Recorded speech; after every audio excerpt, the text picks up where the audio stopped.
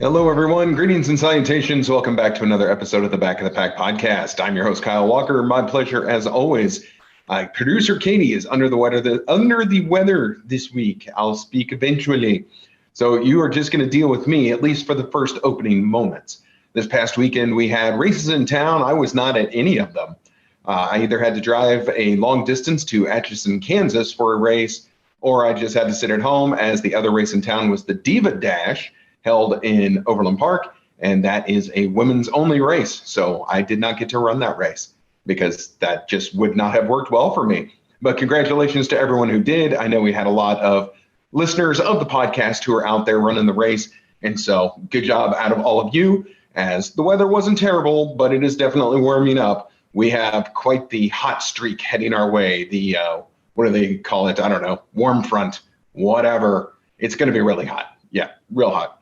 Excessive heat warnings coming up this week, so it's going to be real nasty.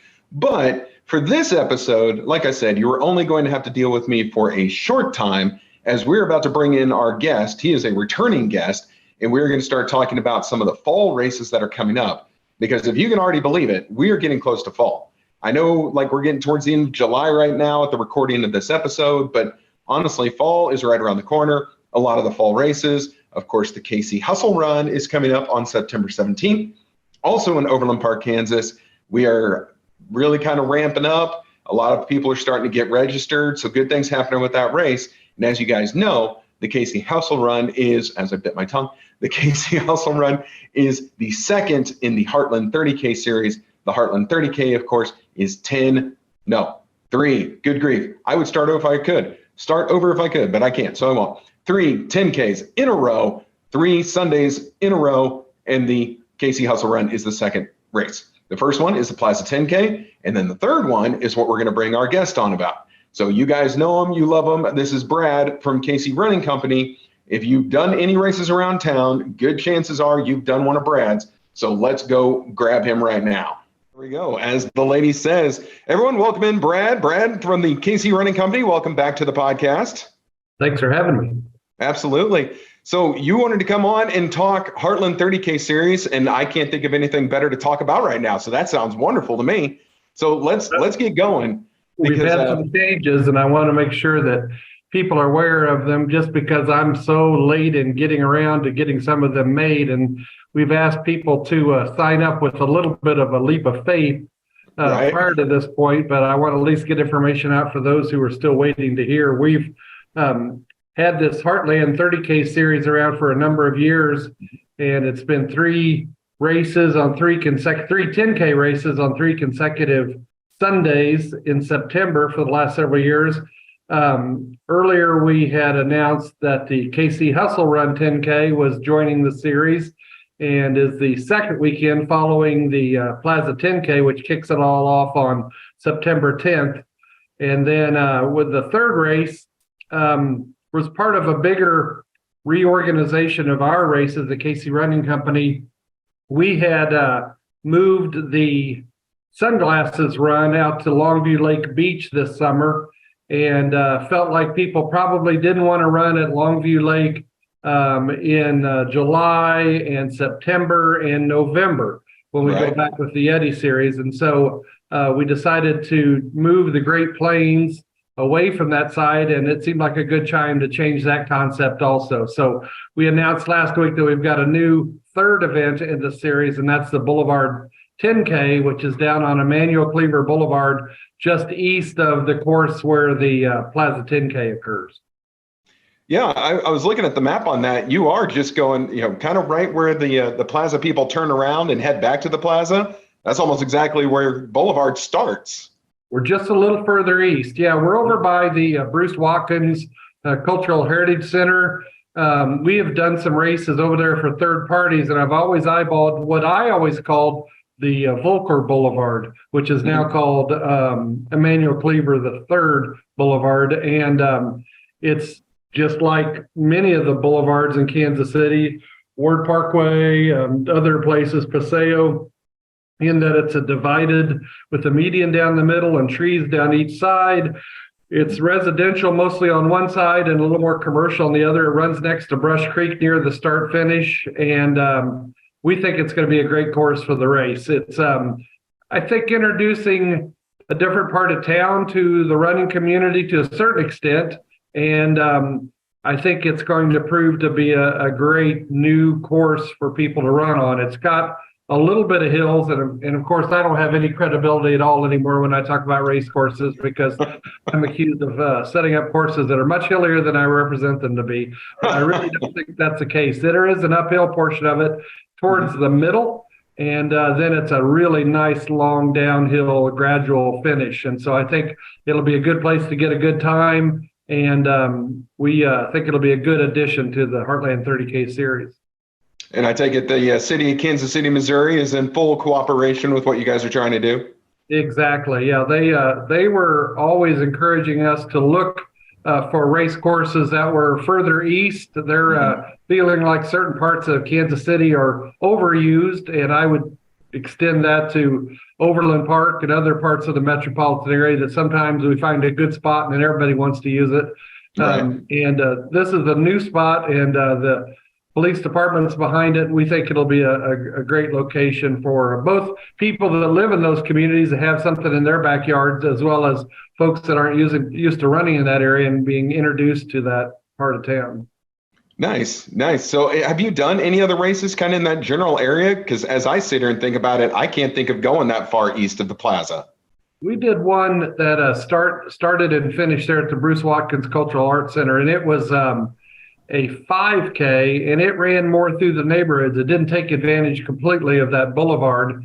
And we had talked to them about adding a 10K to their event, but they ended up not further pursuing their race. And so that we never got that done. It's always been in the back of my mind. I've got, a half a dozen or a dozen future race courses that I'm always juggling in my mind that might be a possibility. And when we were looking for a new place to do this 10K for the series, that kind of bubbled up to the surface, and we got pretty quick approval once we proposed it to the city. Yeah, because really you're going to be down there, what, 2 out of 3 weeks of this Heartland series? Well, I like to think it's different even than the Plaza course. Okay. And one thing I kind of like about this series, it gives participants 3 different views and 3 different parts of town to run in. The Plaza 10K has been around for a while, and most people know where it is and what the course is. And we've got 1, maybe 2 more races to run at that location on that course before the streetcar is finished and cuts right through the middle of it. And so that course is potentially going to have to change in 25. And so that's got some potential for new and different looks. And then the Casey Hustle Run, I think, is at Corporate Woods. And one of the things that I think is your job as one of the organizers and as our job as one of the promoters is to make sure that people are aware of that course, because I think the presumption is that it's a 2-lap course, 2-lap 10K, and it's not. Which would not be correct. Most people don't like 2-lap races, and so right. I don't want anybody not doing the race because they misunderstood the course. It's got a great out and back spur on the trail that runs north and a little bit to the east from Corporate Woods. We ran it this past weekend at the Diva Dash, and it went pretty well. I think you all are still planning on running it even differently than what we did, because you're going to be running the Corporate Woods part of it, the 5K base part of it, in a different direction than what we did. But it's a different look. It's a different part of town, convenient to different people than the Plaza course is, and then this new Boulevard 10K course, I think, will even be something different. Maybe in a part of town you've driven through but haven't stopped and looked around. And when I was out setting up the course for this other race that was in that neighborhood, I just, like I say, I thought, man, we're missing out. This is a great road to run on. It's wide. The beauty of running in Kansas City is they give you the curb to curb of the street. And so we'll be running on one side of the parkway going north, and on the other side of the parkway coming back south. So we can handle a big crowd, and we're looking forward to generating one. The I guess the advantage to registrants is of my slow organization of this race is they can still get in on the early bird price on this race, unlike the other two races that have been open a little bit longer that are in the series. And so I believe it's $38 still as the early bird discount rate since we're just in the second week of registration.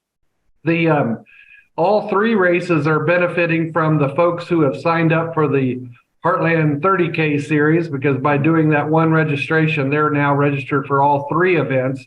And so we didn't start at 0 the first day we opened registration. We started at over 150, and that's exciting. And I think that's going to more than double between now and race day, which means each of the three events will have a good crowd. And, I think that's what makes a great race, and all three races offer this, is a good wide street to run on that's closed to traffic, safe for participants, and is nice and wide for a big crowd.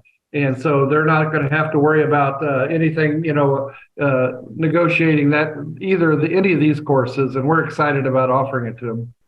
Absolutely. Now, tell people who did what I have done, and they signed up for the Plaza way out when it opened up. Heartland wasn't open yet. Casey Hustle Run wasn't open yet. So they've signed up for one of the three races. What do they do now?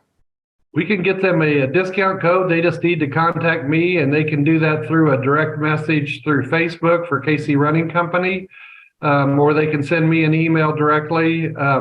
And what I will do is I'll go in and give them a discount for the series that's equal to the current price of the races that they've signed up for that are in the series. So if they signed up for Plaza, currently I believe it's $65, so I'd give them a $65 off code. Now, one thing I've been recommending to people recently, because I'm not smart enough to figure out how to set the pricing for the series as exactly equal to the then current total of the three races. Right. They don't all go up at the same price. Sometimes it's a better deal to sign up for the races individually and then send me an email and say, hey, Brad, can I get 100% off code so my name's in the series bucket? I want to do that. But it'll save me $10 versus signing up for the series, even with your nice discount code. So I think right now it's about a $7 savings to go ahead and sign up for each race individually.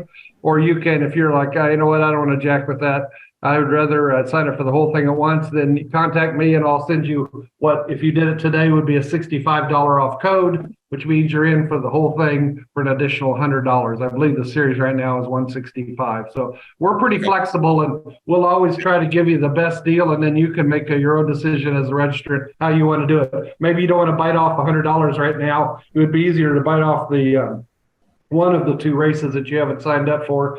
And if so, that works great. And again, we give you a discount equal to not what you paid, but what the current price of what you've registered for. And that protects your deal. If you signed up for the Plaza at an expo at some time in the past, they got a really good deal on it, then you're going to continue to have that deal, because we're going to give you a discount equal to current price when you sign up for the series. Perfect. So really no one has any excuse not to sign up, whether it be for the individual races or the series. It's time to get signed up, because I know for the KC Hustle Run, as we record this right now, we're only 55 days away. It's crazy. We're all busy with the summer, and, this is part of my excuse, I guess, for not getting around to it. When we're busy with this weekend's race and next weekend's race and the following weekend's race, we sometimes don't take care of what's 120 days or 150 days out. And I know that some of the really dedicated and organized runners plan well in advance, sometimes way ahead of me, and they're saying, hey, time to get registration open for so-and-so race. And I'm at fault in that case. But we've got a full fall schedule of races coming up, just busy all the time. It's the busiest time of the year. September and October are crazy. And we've got most of our races open through late October. I don't think we've got our Monster Dash open yet, but the Oktoberfest race is open on October 1st, and our Veterans Day race, I believe, is open. I'm not positive on that one. That's November 11th. The Yeti series, which is also another race series that's replacing the old Longview Half, is coming up the first weekend in November, and it features a 5K and a 10K on Saturday, and the half marathon and new marathon on Sunday. And the reasoning behind that, if you haven't heard me yammer on about this in the past, is we always struggled with parking with the Longview race. And so we said, okay, a 5K is a pretty busy race and a half's a pretty busy race in terms of number of registrants. And they didn't start at the same time, and that complicated things also. And so we said, what if we did a 2-race weekend or 2-day weekend, and we did the 5K and 10K on Saturday, which between those 2 races, it shouldn't be so big as to really strangle the parking situation. And also they'll start at the same time. And then on Sunday, we'll have a half marathon and a marathon also starting at the same time, and also not being as big as the crowd, unless we just have a crazy response to our marathon, not being as big as the crowd that we had in the past for the half and the 5K. So 4 races in 2 days. We've got a special, a special tease for getting people to do 2 days of racing in that setup, and the schedule kind of allows for it. If you want to do a race both on Saturday and Sunday, we're going to have a special Yeti themed gift for everybody that doubles up on that, and we'll be announcing more of that pretty quickly. But we think it's going to be a fun weekend. We're still trying to work out the course. Anytime you're trying to get 26 miles of course out there, we're having to work with 3 different cities because the course, we can't get 26 miles in without going into both Lee Summit, Grandview, and Kansas City. So we're trying to work all those details out. But if you've run out at Longview before, you know it's a great place to run a combination course is what I call it, a little bit on the trail and a little bit on the streets. The Kansas City also does a great job of shutting off the road, so it's nice and wide and lots of room to run, and the trails are really scenic. And so we think it's going to be a lot of fun. We think the Yeti theme is going to be fun. We gave a sneak preview of our Yeti 5K and 10K medal today on our Facebook page. And there'll be a similar looking medal, but larger for the half and full that we'll be rolling out later. But anyway, lots of running coming up this fall, and we appreciate everybody's patience as we get things organized and announced. So going back to the Yeti, did you come up with the Yeti theme because you had that freak snowstorm at last year's Longview half marathon? No, but it's when I was back there setting up that race course the past couple of years and winding through the woods back there, I always expected to see a Yeti wandering out. We usually saw deer and foxes and coyotes and all sorts of other wildlife. And who knows, you might see a Yeti or 2 on the course this year. It's a fun place to run. And like you say, the climate is completely unpredictable. I don't think we've had the same weather out there any 2 years that we did the Longview series out there. And so it should be a fun challenge for folks who want to take it on. Absolutely. It is beautiful out there. Anytime I'm running out of Longview for any of your races, it's always a very nice event and, beautiful scenery. But something that's not going to be so beautiful is going to be this weekend at Rock Island. Are you ready to sweat off a few pounds Saturday morning? I've got a lot of pounds to sweat off, but I'm sure I'll do it. The Rock Island run is nice in that a large part of the course is shaded with the trees that kind of grow over the old railroad track that they use for the course. But we're going to make sure we have some different options at the water stations for people to keep cool and at the finish line. And we've got a good response to that so far. And, weather deters some folks, but there's also folks that are bound and determined to take on any challenge that Mother Nature or we throw at them. And so we think we're going to have a good crowd out there. And we've been really pleased with people's willingness to take a jaunt over to Pleasant Hill to check out this course. One thing that we are unofficially offering, but I'll roll it out to your listeners, and that is the opportunity to come early and get an early start. We didn't want to move up the start of the race earlier than 8 o'clock, which you might normally do this time of year. But given the location, how far it is from Olathe and Overland Park and parts of Johnson County where a lot of our folks are coming from, or even the Northland, we didn't want to move up the official start earlier than 8 o'clock.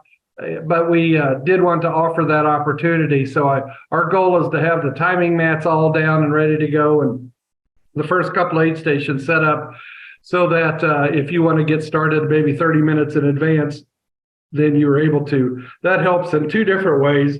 We're trying to keep people around the 3:05, 3:10 mark or under 3 hours, 5 minutes, 3 hours, 10 minutes or under. Some people were a little borderline on that. Their conditioning hasn't gone as well as they'd hoped this summer. They're coming back from an injury.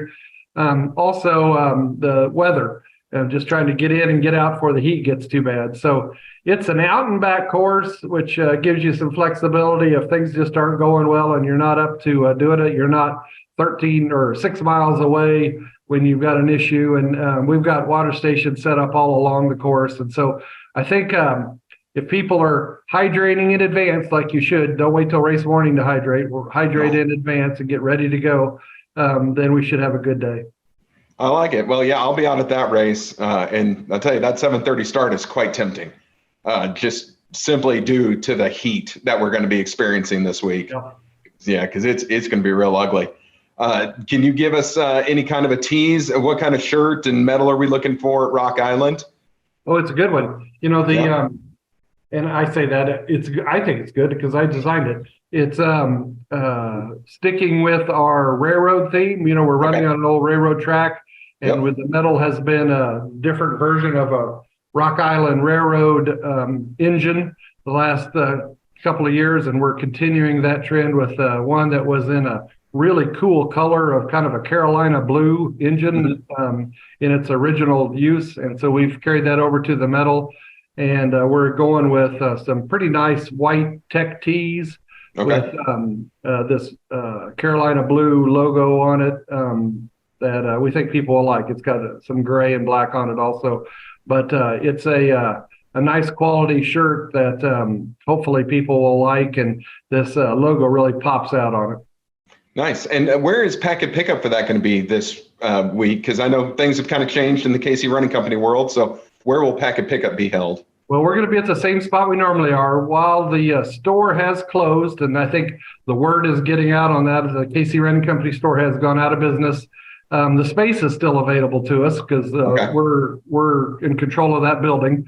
So we've got a more room actually, and in conjunction with the packet pickup on Friday afternoon from 2 to 6, people could come by, and we still got a few odds and ends of shirts and socks and UFOs and rollers and orange mud towels and shoes and some very limited sizes, but we got some great deals on them. And so the last two packet pickups that we've had since the store closed have been some of the biggest days of sales that we've had in quite some time at the store. So it's a little in the, I guess you got to offer some better deals than what we had been offering in the past. But even if you're not signed up for Rock Island and you're out and about on Friday afternoon between 2 and 6, stop by and check out the deals if you haven't had the opportunity to yet. We're dwindling down more and more, but we're still got a pretty good selection of things for folks. And I think we have men's shoes in almost every size left, but maybe one or two pairs in certain sizes. So and then a great deal on socks. I think we've got our socks, 3 pairs for $19.99, and some of those socks were $17, $18 a pair to start with. Right. And so that's a good deal. And so come by and check it out. We've got our red hooded Sunday Run Day sweatshirts that have been so popular the last couple of years, and kind of the preseason colors of the Chiefs available for, I believe, $20. So that's a good deal on those sweatshirts. But you can also stop by and sign up for the race in person, or just pick up your packet if you've already signed up. Yeah, well, I like it. Yeah, I'll be out there Friday afternoon. Maybe there'll be a sweatshirt left for me, but I doubt it. They'll probably take all of those. But are you guys going to keep that space at all? Or are you going to eventually be moving, or too early to tell? Our event side is still going to operate out of the back side of the building. Our offices are back behind the storeroom for the running store, and we're talking to other folks about taking the space over and operating it going forward. So hopefully we'll have something to announce there, and hopefully it'll be something that will work out well. You know, one of the things that having the store in the same building as our offices has offered us is the chance, if you were not able to, let's say you didn't remember to pick up your age group award, didn't realize you'd won an age group award at a race. So you could stop by, and the store had good long 7 days a week hours, and it gave you lots of opportunities to pick up that shirt that you didn't get a packet pickup, or that age group award or whatever. And we no longer have that option. And So in the short term, we're telling people if you didn't get something at the last race that you're owed, contact the office and make an appointment to set it up for a pickup, or for a small charge, we'll put it in the mail to you. But until we can figure out what the next step is in the store, that option and that flexibility won't be available. Yeah, well, good to know. So people need to check their results before they leave the race. Exactly. You never know. A bad part about running right now is fewer people are doing races. A good part of running right now is those who do have a greater chance of winning an age group or an overall award, I suppose. And so sometimes they don't check because they normally don't win. Right. And so depending on your age group and depending on the distance and the race and the size of the race, people are getting surprised by winning awards that they didn't expect to, and pretty excited about that possibility. And the last thing we want to do is not get them their award when they've worked so hard to earn it. So again, it's not impossible to get. It just requires a little more planning to get it. You can't just stop by on your way to Martin City Brewing Company on a Saturday afternoon. Right. Ooh, boy, that sounds like a good place to go right now, except it's a little hot. That's good transition, or whatever the right word is, to an upcoming event we have in August. The Martin City Beer Mile is coming up. It's the least serious event we have all year long, except for those that are really good at it and they take it just as seriously as a 5K or a half marathon. And that is, I believe, on Wednesday, August 16th. And what you do there, if you haven't been to a beer mile before, you drink a beer, you run a quarter mile, you drink a beer, you run a quarter mile, and you do that 4 times. And whoever finishes the fastest in the female division and in the male division wins a prize. This year we've got a exhibition heat for those who don't want to drink the beer that we have and have their particular dietary challenges or preferences that don't allow them to participate in the regular division. That they can bring their own beverage and participate in the exhibition heat, or they can partner up with somebody else and drink 2 beers and run a half mile alternating with a teammate and have a 2-person relay. So we've got something for everybody. We're not trying to have everybody guzzle all the beer they can possibly handle. We've got lots of options, and we'll have lots of pizza available to help soak up that beer too. So it's a fun event. It's guaranteed to be pretty hot in mid-August, and we run it all there in the parking lot and on the sidewalks. So it's nice and safe for the participants, and we'll usually get 150, 175 people out for that race. So that's pretty fun. Oh, nice. And so what is the official beer of the Martin City Beer Mile? It's different every year. The first year I was very much a novice at craft beers, and I picked some particularly strong IPA, not having sliced that down. And there was about a mutiny on my hands when we got there. They're like, we got to be the biggest idiot in the world. And so we got milder and milder as the seasons have gone along. I think this is our 8th, maybe, beer mile. We used to do it in our old office down the street. We were dodging cement mixers and dump trucks and everything else. And so when we moved to our new location, we got a little safer course. And we'll figure out something that's good and palatable and easy drinking. I will guarantee you that whatever I select, there'll be protesters, because that's the way beer connoisseurs are. And beer milers add their competitiveness on top of that. So we'll try to do something that will appease the most folks as possible. Yeah, don't let them talk you into getting like Mick Ultra or something that's almost water. That's not fair. Definitely not. That's not for this event. That's right. We wouldn't qualify for the World Beer Mile Championships, which we don't, if we did that. And so we've got to be as true as we can to their rules. That's absolutely right. Well, I appreciate the time. Is there any races we haven't covered? We've got Monster Dash later in October. Then, of course, the one that means the most to me is the Great Santa Run. That's still good to go, right? Oh, definitely. Yeah, we're going to be doing that in mid-December at Johnson County Community College. We've got a bunch of runs. We got the Veterans Day 5K. We've got the Oktoberfest 5K in Martin City. We've got lots of runs and lots of good races that are going on like yours that we're helping with.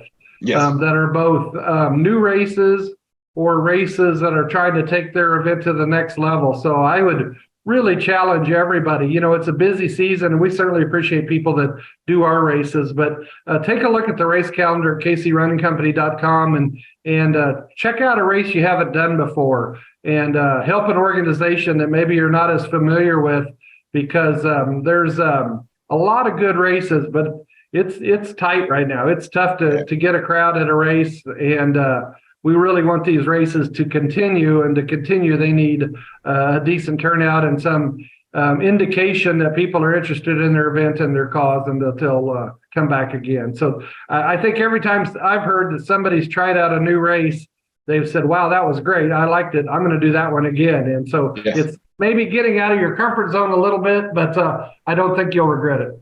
Right. 100% correct. And everyone can start with the KC Hustle Run in September. There you Selfless go. plug. Great.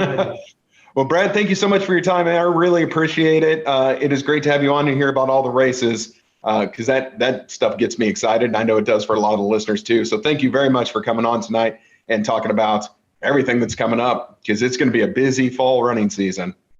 Well, thanks so much for having us on. We'll look forward to seeing you out on the race course. Absolutely. Thank you, sir. A big thank you to Brad for coming on. I told him off air I could talk about this stuff all day. We could talk shirts and medals and race courses and race themes and locations, and I nerd out for all of this. So a huge thanks to Brad for coming on, and a huge thanks to all of you for tuning in. So next weekend we have the Rock Island Half Marathon. I know I'll see a lot of you folks out there, which will be super cool. That'll be the only part that's super cool, because it's going to be hot. Excessive heat warnings are already in effect for this area. And so, it's going to be really, really gross. I did want to mention that also coming up in August, we do have Rexy Run coming up, since we were just talking about races. Don't forget the folks in Rexy Run. I am telling everyone to get signed up and get themselves down to Lawrence, Kansas for that race. A great cause, great people. So big love and shout out to Rexy Run. That's coming up. I'll be down there running the 5K, and I hope to see you all down there. And then also you will see on our Facebook page that I set up an event right at the start of August for a meet and greet. So I would love to do a Back of the Pack podcast and KC Hustle Club meet and greet. So it's going to be at the Social Bar and Grill in Shawnee, Kansas. That's right off Shawnee Mission Parkway in Flum. Again, the event is out there. I just want to direct you to it. Please come out. Producer Katie will be there. I will be there. Our ambassadors should be there. And really just come out. Let's have a meal, have a drink if you're so inclined, talk about running, put faces to names and names to faces, and just have a good time talking about running, because I nerd out on this stuff, clearly, because I do this podcast. So make sure you check that out. I want to say it's August 3rd, but don't quote me on that just because it's not in front of my face right now.